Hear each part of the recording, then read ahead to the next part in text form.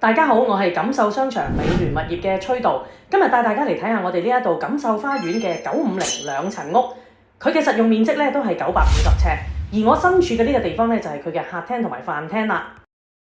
淨係客廳呢個地方都好特別㗎，佢有5.19米長，有3米闊，佢係一個租盤，亦都係一個買賣盤。我哋有鎖匙，一齊跟我睇下。喺樓梯旁加設咗客人專用洗手間。